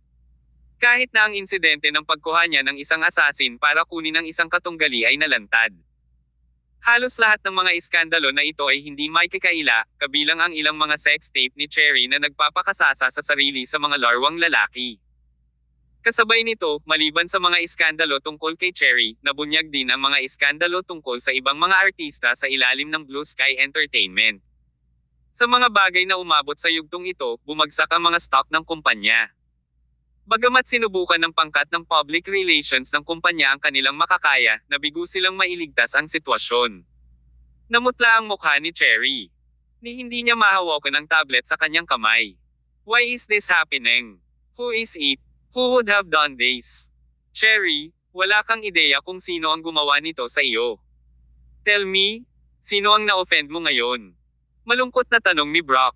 Agad namang namula ang mga mata ni Cherry. Snow Fenner. Kagagawan ba ng bata na iyon, Snow Fenner? Snow and Autumnfield Media ay dapat na nasa likod nito. Gaano sila kakulit? How dare they use such vicious means to target us? Director Istvan, kagagaling lang nila sa Imperial Capital City. Gayunpaman, inagaw nila sa akin ang papel ng babaeng lead sa Emerald. Ngayon, umabot pa sila sa paghila ng ganitong klase ng stunt. Binayaran nila ang presyo. Bayaran ang presyo. Tinitigan ni Brock si Cherry na may malamig na mga mata at pinagalitan sa malamig na tono, "Cherry, mas pag-isipan mo kung paano ililigtas ang sarili mong balat." Pagkasabi noon, kumuha siya ng isa pang stack ng mga larawan at inihagis ang mga iyon sa kanyang mga kamay. Nagpatuloy siya sa malamig na boses, "Talagang matapang ka.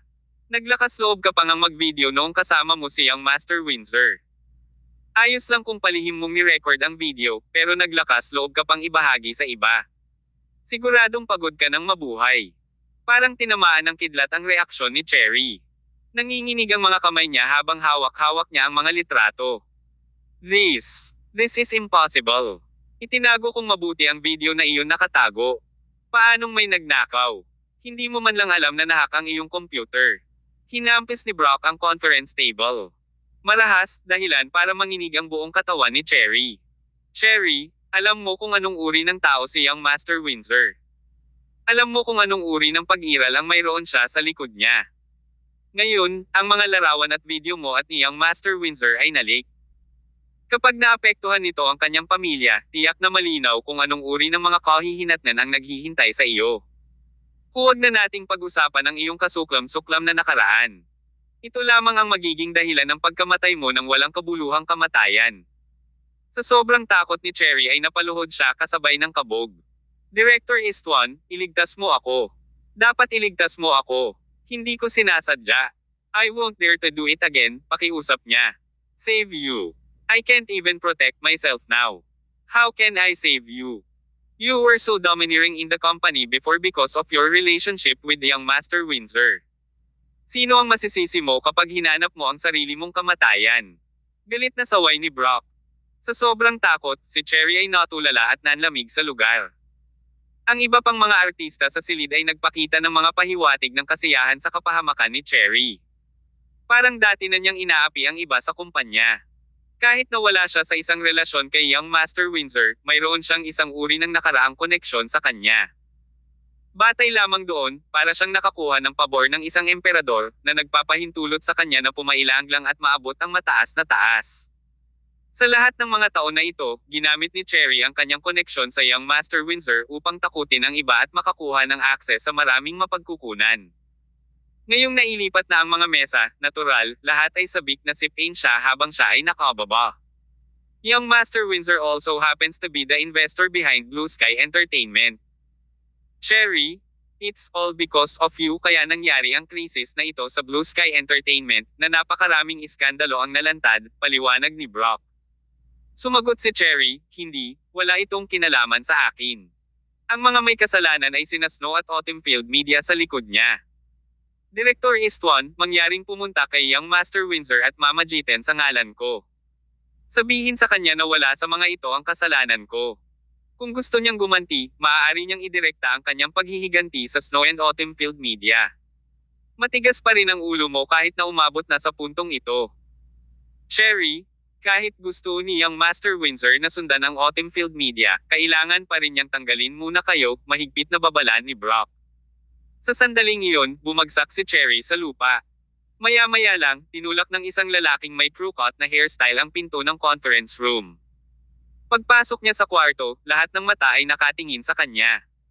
Ang mga ekspresyon ng bawat isa ay nagbago ng husto. Lumakad si Brock patungo sa lalaki sa unang pagkakataon.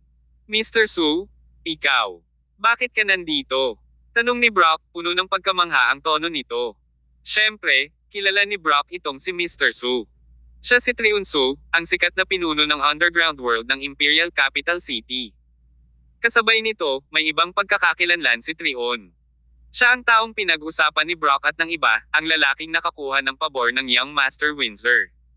"Sa nangyari ngayong gabi sa Blue Sky Entertainment mo, how dare you ask me why I'm here?" Sabi ni Trion. Nanginginig ang buong katawan ni Brock. Nagmamadali niyang sinabi, "Ginoong Su, mangyaring bumalik at ipasa ang mensaheng ito kay Young Master Windsor. Sabihin sa kanya na bigyan kami ng ilang oras. Tiyak na aasikasuhin ko ang bagay na ito sa lalong madaling panahon." Nagsalita na si Young Master Windsor. Sinabi niya na kung hindi mo maaayos ang bagay na ito bago mag-umaga bukas, dapat mong kitilin ang iyong sariling buhay, sagot ni Trion. Kabanata 1168. Ghoul Windsor. Boom! Sumabog ang utak ni Brock Istvan sa isang buzz. Dahil sa dami ng mga iskandalo na ibinunyag tungkol sa Blue Sky Entertainment, hindi na kayanan ni Brock ang napakaraming iskandalo sa kanyang pagtatapos ng magdamag. Malinaw na nilinaw ni Young Master Windsor na balak niyang ipadala si Brock sa kamatayan. Dahil sa pagkataranta, lumuhad si Brock ng malakas na nagmakaawa, Mr. Su, pakiusap. Mangyaring tulungan akong humingi ng awa. Malamig na umungol si Trionsu. Hindi ako sapat na kwalipikado para baguhin ang desisyon na ginawa ni Young Master Windsor. At saka, sino si Cherry Poppins? Nakakatakot, nanginginig si Cherry. Siya iyon. Sabay turo ng ilang artista sa direksyon ni Cherry. May bakas ng paghihiganti sa kanilang mga salita.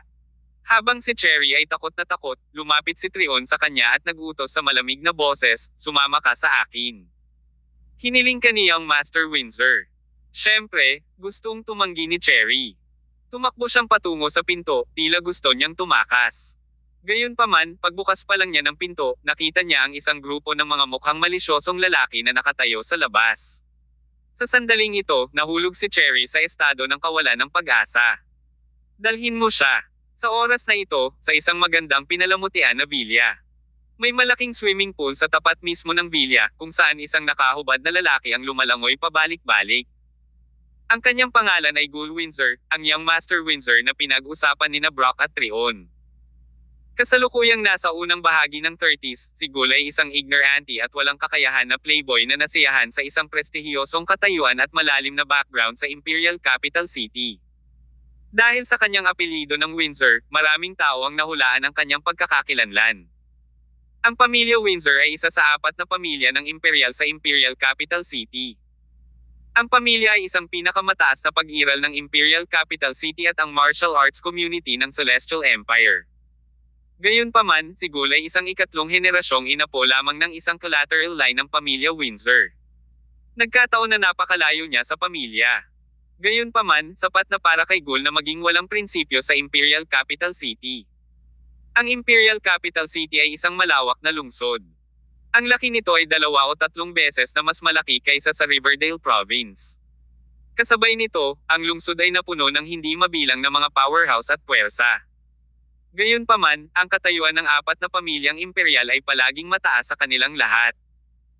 Dahil sa pagkakakilanlan ni Gul bilang isang third-generation descendant ng collateral line ng pamilya Windsor, hanggat hindi niya ginagalit ang mga miyembro ng 3 iba pang imperial na pamilya sa lungsod, natural na hindi niya kailangang mag-alala tungkol sa anumang iba pang puwersa. Isang SUV ang huminto sa harap ng gate ng villa. Nang bumukas ang pinto ng kotse, bumaba si Trionsu sa kotse na may kasamang naguguluhan na si Cherry. Sa oras na ito, natatakpan ng mga sugat ang katawan ni Cherry. Malinaw, ang kanyang pagiging mapanghimagsik ay naging sanhi ng matinding bogbog sa kanya ni Trion sa sasakyan. Natuto na siya ngayon at naging masunurin. Ang kanyang mga mata ay mapurol at walang buhay, habang ang kanyang ekspresyon ay tila manhid. Dinala ni Trion si Cherry sa poolside. Young Master Windsor, nandito siya, sabi niya kay Gul, na lumalangoy pa rin. Okay. Pagkatapos sumagot, nagpatuloy si Gul sa paglangoy pabalik-balik sa pool. Ang bilis niya kasing bilis ng isda.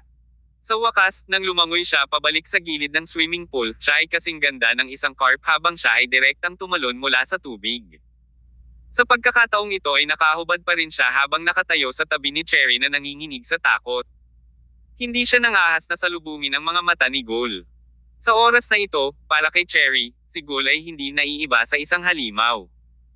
Isang alipin ang nagdala ng bathrobe at isinuot sa kanyang amo sa unang pagkakataon. Natatakot ka ba sa akin ngayon? Tanong ni Gul habang sinusubuan ng interes si Cherry. Hindi alam ni Cherry ang isasagot. Siya ay mabilis na lumuhad sa lupa sa isang kulog. Young Master Gul, pasensya na. Kasalanan ko ito. Pakiusap ko, patawarin mo ako. Haha. Gul sneered. Hindi ka ganito noong sinamahan mo ako. Masyado kang matapang sa sarili mo, kahit na nangangahas kang lihim na kinukunan ng video. Well, ako, si Gul Windsor, ay nakasama ng hindi mabilang na mga babae. Ito ang unang pagkakataon na makatagpo ako ng babaeng kasing gulo mo. Win. Young Master Windsor, I was having a moment of madness. I will never dare to do that again, ani Cherry. Muhaha. Patuloy sa pagtawa si Gul, ngunit unti-unting nagpakiliti ang anit ni Cherry sa kanyang pagtawa. Iba ka. Dati, nagpalit ka pa ng sarili mong background. Hindi ka naman talaga graduate sa isang prestigious university, di ba? Ang totoo, kept woman ka na simula nung high school ka. You told me how pure and flawless you are. Dahil dito, pinatulog mo ako sa isang kama na paulit-ulit na natulog. Sa oras na ito, biglang naging irritable ang mood ni Gul. Bilang isang omnipotent young master ng isang imperial na pamilya, kahit na siya ay miyembro lamang ng isang collateral line, palagi niyang napanatili ang kanyang pride. Si Gul ay kumikilos tulad ng isang emperador na natuklasan ang kanyang asawa na nagkataong isang kabit pagkatapos na ipagkaloob ang kanyang pabor sa kanya. Kahit sino sa kanyang mga sapatos ay nagtantrim. Young Master Windsor, nagkamali ako. Alam kong nagkamali ako sa iyo. Sa puntong ito, hindi maipaliwanag ni Cherry ang sarili. Ang lahat ng tungkol sa kanyang nakaraan ay isang matibay na katotohanan. Wala siyang paraan para ipagtanggol ang sarili. Sa oras na ito, ang tanging paraan para mabuhay si Cherry ay ang patuloy na paghingi ng awa. Inaasahan niya na sa paggawa nito, maliligtas ni Gul ang kanyang buhay. Pero, anong klaseng lalaki si Gul? Hindi pa siya matapang na pinaglaruan ng isang babae mula noong siya ay bata. So, paano niya matitiis si Cherry? Babae, hindi ka maaaring maging mapangahas, sabi ni Gul. Pagkatapos ay bigla niyang itinaas ang kanyang baba gamit ang kanyang kamay at nag-isip na idinagdag, maaari kitang bigyan ng pagkakataong mabuhay kung gusto mo. Sa sandaling iyon, si Cherry ay mukhang nahawakan niya ang isang lifeline. Itinaas niya ang kanyang ulo at tumingin kay Gul na may naghihintay na ekspresyon. Maraming salamat sa iyo, Young Master Windsor. Tumawa si Gul. Hindi. Kailangan mong makipaglaro sa akin para mailigtas ang buhay mo. Laro. Hindi nakuha ni Cherry. Inunat ni Gul ang kanyang kamay at itinuro ang napakalaking swimming pool sa kanyang harapan. Ang pool ko ay halos kalahati ng sukat ng soccer field, 40 metro ang lapad. Bibigyan kita ng 1 minuto para lumangoy mula rito hanggang sa tapat. How about, kung matatapos mo ang challenge sa loob ng 1 minuto, I'll spare your life. Nilinggan ni Cherry ang kanyang ulo para tingnan ang kalmado at payapang swimming pool. Hindi niya alam kung bakit gustong makipaglaro ni Gul sa kanya. Ngunit, ang paglangoy sa layong 40 metro sa loob ng minuto ay hindi isang mahirap na gawain para sa isang ordinaryong manlalangoy. Not to mention, mahilig si Cherry sa paglangoy at madalas ay ginagawa ito. Ang hamon na ito ay napakadali para sa kanya. Hindi makapaniwala si Cherry sa pagiging totoo ng mga salita ni Gul, kaya't partikular niyang tinanong muli, talaga, for real. Ngumiti si Gul at tumango. Ako, si Gul Windsor, ay hindi nagbibiro sa iba. I am a man of my word. I will let you go if you can swim across this pool within a minute. At saka, patatawarin ko ang lahat ng nangyari noon. How about that? Habang sinasabi niya iyon, inabot ng katabi niya ang isang pocket watch kay Gul, at nagsimula na siyang mag-timing. Magsisimula na ang countdown. 3, 2, 1. Sa isang splash, tumalon agad si Cherry sa pool nang hindi man lang naghubad ng damit. Kabanata 1169. Ang buwaya sa swimming pool. Bagamat naramdaman ni Cherry Poppins na may kakaiba sa laro, dahil nasaktan niya si Gul Windsor sa pagkakataong ito, maaaring ito na lang ang pagkakataon niyang mabuhay. Kaya naman, kailangan niyang hawakan ito anuman ang mangyari. Nang makalusong na si Cherry sa tubig, tumakbo siya palabas na parang isda at lumangoy patungo sa tapat ng napakabilis. Sa sobrang bilis ng paglangoy, wala pang 20 segundo ay narating niya ang gitna ng pool. Habang palapit ang kabaligtaran, nagsimula siyang lumangoy ng mas matigas. Si Gul, na nakatayo sa tabi ng pool, ay may misteryosong ngiti sa kanyang mukha. Maya-maya lang, tumingin siya sa isang butone sa pocket watch na nasa kamay niya at pinindot iyon gamit ang daliri niya. 20 metro na naman ang natitira. 18 metro. Naisip ni Cherry, na patuloy na nagbibilang sa kanyang ulo. Pakiramdam niya ay makakalangoy na siya sa tapat ng wala sa oras, kaya matiyak ang kanyang kaligtasan. Nang wala pang 10 metro ang layo niya, may naglabas na kakaibang tunog sa malapit kay Gul. Ito ay medyo matalim na tunog, tulad ng isang alarma, ngunit ito rin ay tunog ng isang sonar pulse. Saglit na naramdaman ni Cherry na walang tigil ang pag-indayog ng tubig sa loob ng swimming pool. Ang isang pakiramdam ng panganib ay biglang nanag sa kanya habang ang isang pagsabog ng takot ay namumuo. Anong nangyayari dito? Nagtaka siya. Sa sandaling ito, sa ilalim ng malalim na tubig ng swimming pool, isang grupo ng mga behemoth na mahimbing na natutulog ay napukaw. Bigla nilang binuksan ang kanilang mga mata na puno ng uhaw sa dugo. Dagindong. Parang dagindong mula sa kailaliman ng karagatan. Kasunod nito, lahat ng mga halimaw na hayop na iyon ay lumangoy mula sa ilalim ng swimming pool, sila ay mga buwaya. Mayroong kasing dami ng 7 o 8 sa mga halimaw na iyon. Dahil sa stimulation ng sound wave, ang mga crocodiles ay mukhang napaka-cranky. Sabay-sabay na nahuhuli sa trail ni Cherry, lahat ng grupo ng mga buwaya ay lumangoy patungo sa kanya. Sa kanilang mabilis na bilis, halos sa isang kisap mata ay nakarating na sila sa likuran niya. Nang maramdaman ni Cherry ang isang mapanganib na aura na papalapit sa kanya, lumingon si Cherry. The moment she did, tumindig lahat ng balahibo niya sa katawan. Sa kanyang likuran, isang buwaya ang nagtaas ng kalahati ng katawan nito mula sa tubig. Nakabuka ang dagwang bibig nito at napatitig kay Cherry. Arg! Napaungol si Cherry mula sa loob ng swimming pool. Samantala, isang malakas na hajijek ang pinakawalan ni Ghoul mula sa poolside habang pinagmamasdan ang katawan ni Cherry na dinudurog ng grupo ng mga buwaya. Hindi nagtagal, nawala ng walang bakas ang dalaga, at ang tubig sa pool ay namumula na ngayon. Tumigil ang nakakatalim na tunog ng mga alon, at ang grupo ng mga buwaya ay tumitig kay Ghoul nang may walang katapusang interes bago tuluyang lumubog pabalik sa ilalim ng tubig. Ang buong swimming pool ay kumalma muli, na parang walang nangyari. Dahil matagal nang nakasanayan ang ganitong uri ng bagay na nangyayari sa kanyang harapan, casual na nagtanong si Trion, Young Master Windsor, paano natin haharapin ang sitwasyon ng Blue Sky Entertainment? Sinabi ko na sa iyo kung si Brock kung hindi mapigilan ni Brock ang mga iskandalo bukas na madaling araw, kailangan mong dalhin sa akin ang kanyang ulo, sagot ni Ghoul. Sige. Tumanggo si Trion. Mukhang selyado na ang kapalaran ni Brock. Bukod kay Cherry, nalantad na rin ang mga eskandalo ng maraming artista sa ilalim ng Blue Sky Entertainment.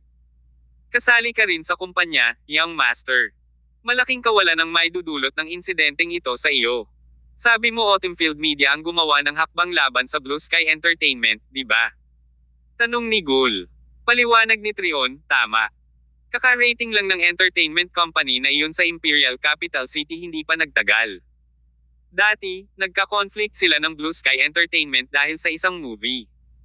Kahapon, sobra-sobra ang ginawa ni Cherry kay Snowfenner ng Autumnfield Media. This incident must be their revenge. Kawili-wili. Napaka-interesante. Tumawa ulit si Ghoul. How dare a trivial entertainment company go as far as bullying me on my turf? Gusto kong makita kung anong mga kwalipikasyon ang mayroon sila para payagan silang maging ganid. Trion, alamin ang lahat ng detalye nitong Autumnfield Media sa madaling araw.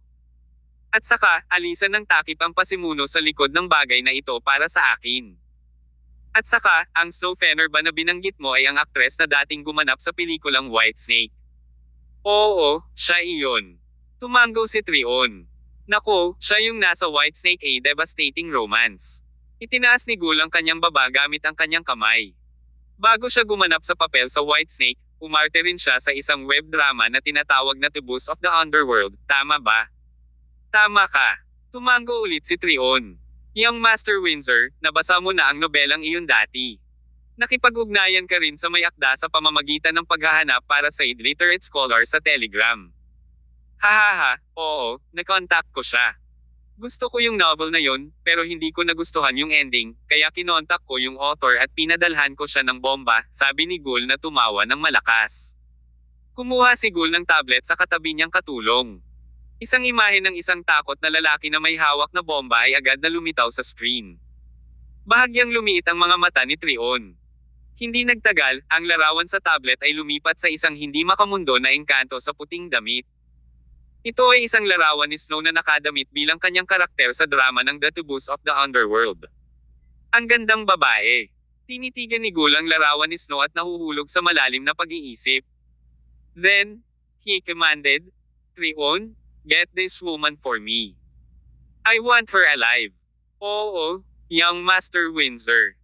Kinabukasan ng madaling araw, isang balita ang nagmula sa entertainment industry ng Imperial Capital City. Si Brock Eastwan, ang pinuno ng batikang kumpanya ng entertainment na Blue Sky Entertainment, ay biglang namatay sa bahay. Kasabay nito, ang mga iskandalo ng mga artista sa ilalim ng Blue Sky Entertainment ay isiniwalat noong nakaraang gabi. Sa makatuwid, ang kapalaran ng kumpanya ay nasa isang tiyak na sitwasyon. Maaari itong magwakas anumang oras. Patuloy ang pagkalat ng iba't ibang balita online.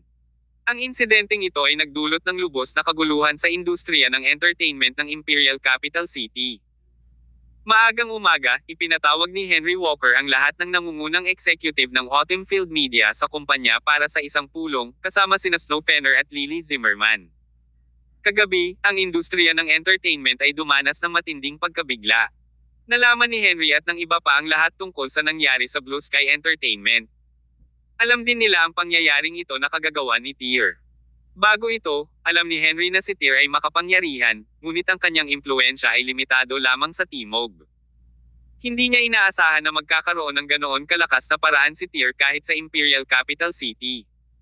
Gayunpaman, ang kapaligiran sa conference room ay hindi kasing saya ng inaasahan.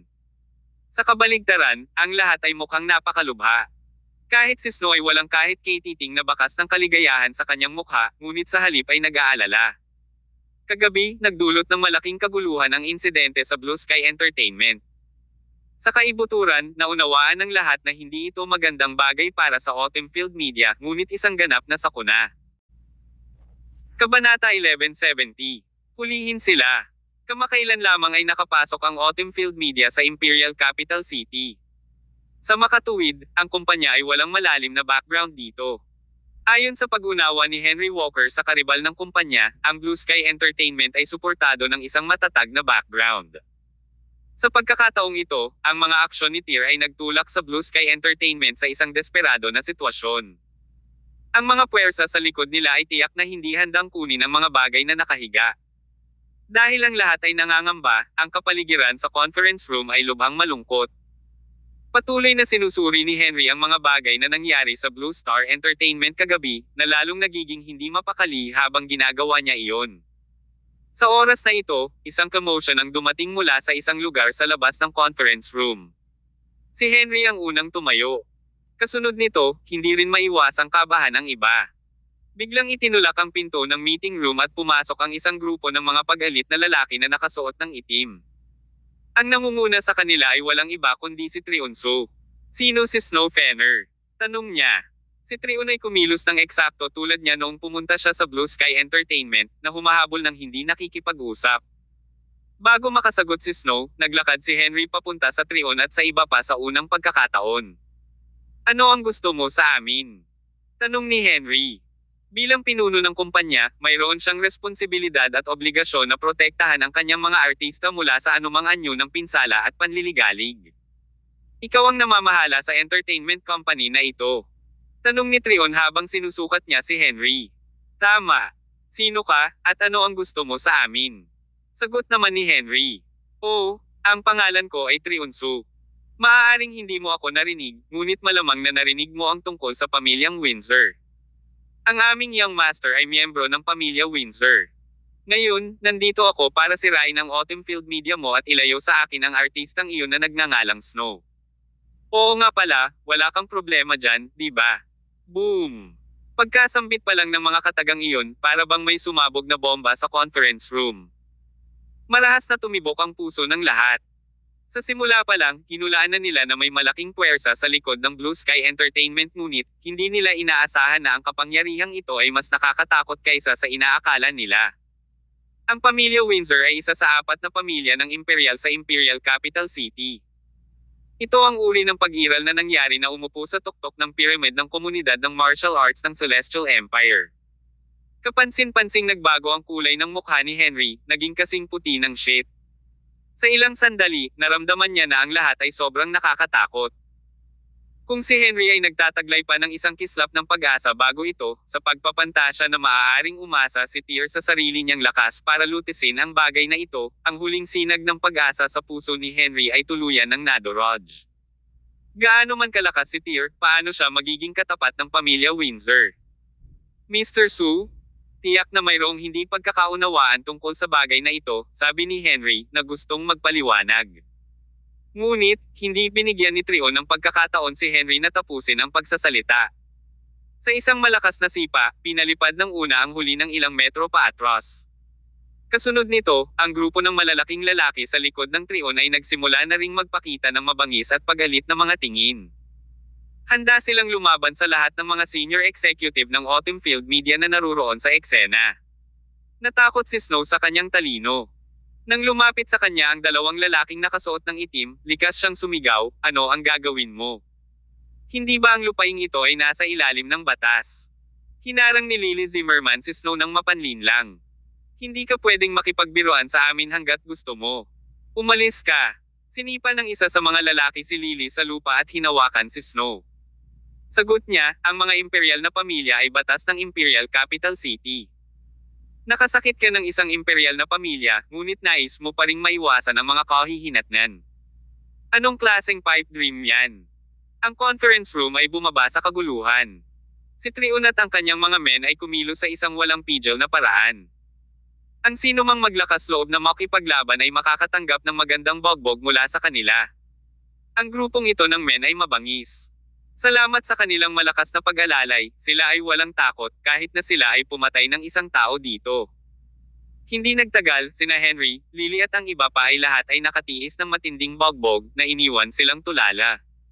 Samantala, ang iba pang senior executive ay nakayuko sa isang sulok, nanginginig sa takot at walang lakas ng loob na kumawala ng tili. Malamig na ngumuso si Trion. "Dalhin mo siya." Dalawang lalaking nakaitim na nakadamit ang sumunod sa kanyang utos at inihatid si Snow palabas ng conference room. Nanginginig din, ang mga empleyado ng kumpanya at mga security guard ay tumabi, walang magawang nanunood habang dinadala ni Trion at ng kanyang mga tauhan si Snow nang walang lakas ng loob na magsalita. Pagkatapos ng lahat, ang katayuan ng isang imperial na pamilya ay masyadong nakakatakot sa Imperial Capital City. Gayunpaman, nang lumabas ang grupo ng mga tao sa silid, nagpakita si Tyr. "How dare you guys be so matapang and unruly? Hindi mo dapat gamitin ang pangalan ng isang imperial na pamilya bilang paraan para apihin ang mga karaniwang tao." Damang-dama ang nag-aapoy na galit sa puso ni Tyr sa bawat salitang binibitawan niya. Ang Autumn Field Media ay isang subsidiary ng kanyang Autumn Field Group. Sa palagay ni Tyr, hindi madadaanan ang kanyang kumpanya kahit saan sa mundo. Kung ang isang tao ay sapat na bulag upang hanapin ang kanilang sariling kamatayan sa pamamagitan ng paggawa nito, hindi naisip ni Tyr na isakay sila sa kamatayan. "Kuya Tyr," tawag ni Snow. Medyo malungkot ang ekspresyon ng mukha ni Tyr habang sunod-sunod na hakbang patungo sa Trion at sa iba pa. Nang makitang mayroon talagang isang taong hindi natatakot sa kamatayan, si Trion ay nagpakawala ng malamig na buntong hininga. Agad namang pinalibutan ng grupo ng malalaking lalaki sa likod niya si Tyr. Lahat ng 4 o 5 sa kanila ay may mahusay na kasanayan sa pakikipaglaban. Sa kasamaang palad, sila ay walang halaga kumpara kay Tyr, at hindi ito tumagal ng maraming pagsisikap para sa kanya upang ibagsak ang mga ito sa lupa. Natigilan si Trion sa sobrang lakas ni Tyr. Hindi nagtagal, bumunot siya ng matalim na kutsilyo sa kanyang baywang. Hawak ang talim, mabangis niyang sinugod si Tyr. Ang dahilan kung bakit nakuha ni Trion ang kanyang name ay dahil sa kanyang husay sa pakikipaglaban gamit ang kanyang kutsilyo. May alingaw-ngaw na nakakuha siya ng hindi kumpletong paraan ng paglilinang ng talim sa pamamagitan ng mga espesyal na ugnayan sa isang imperial na pamilya. Bagamat siya ay kulang sa suporta ng panloob na lakas, ang skillset na ito lamang ay sapat na upang armasan siya ng makapangyarihang lakas sa pakikipaglaban. Ang kanyang kapangyarihan sa pakikipaglaban ay maaaring may rank bilang isang entry-level na Grandmaster. Sa isang lugar tulad ng Imperial Capital City, kung saan matatagpuan ang mga imperial na pamilya at ang mga transcendent ay matatagpuan sa lahat ng dako, ang isang Grandmaster ay maaaring hindi karapat-dapat na banggitin sa isang imperial na pamilya. Gayunpaman, ang pananaw na iyon ay limitado lamang sa loob ng isang imperial na pamilya. Para sa lahat, ang isang Grandmaster ay isang espesyal na katayuan pa rin. Ang Trion ay umasa pa sa hindi kumpletong freestyle na pamamaraan ng kutsilyo upang lumikha ng sarili niyang mundo sa underground na bilog ng Imperial Capital City. Kasabay nito, nakuha niya ang atensyon ni Gul Windsor, at nauwi sa pagiging alipors ng huli. Nang gawin ni Trion ang kanyang move, ang sigaw ng sorpresa ay umalingaw-ngaw mula sa lahat ng nanunood. Ang bawat slash na pinakawalan ng Trion ay walang awa, na naglalayong wakasan ng buhay ni Tyr. Bukod dito, malabo ding napansin ni Tyr ang mga bakas ng enerhiyang lumalabas mula sa kanyang talam. Nakapagtataka, ang taong ito ay umabot pa sa pagliliwanag sa kanyang sarili gamit ang isang bakas ng panloob na lakas gamit ang isang may sira na paraan ng pagtatanim ng kutsilyo. Kung patuloy niyang gagawin ang kanyang kakayahan, bigyan ito ng isa pang 3 hanggang 5 taon at baka maabot ng Trion ang threshold ng pagiging transcendent. Gayunpaman, dahil nakatagpo si Tyr ngayon, hindi kailanman makukuha ni Trion ang 3 hanggang 5 taon na iyon upang maasa ang kanyang mga kasanayan. Gaano man nakasisilaw ang paghawak ni Trion sa kanyang kutsilyo, si Tyr ay nanatiling tahimik at hindi natitinag.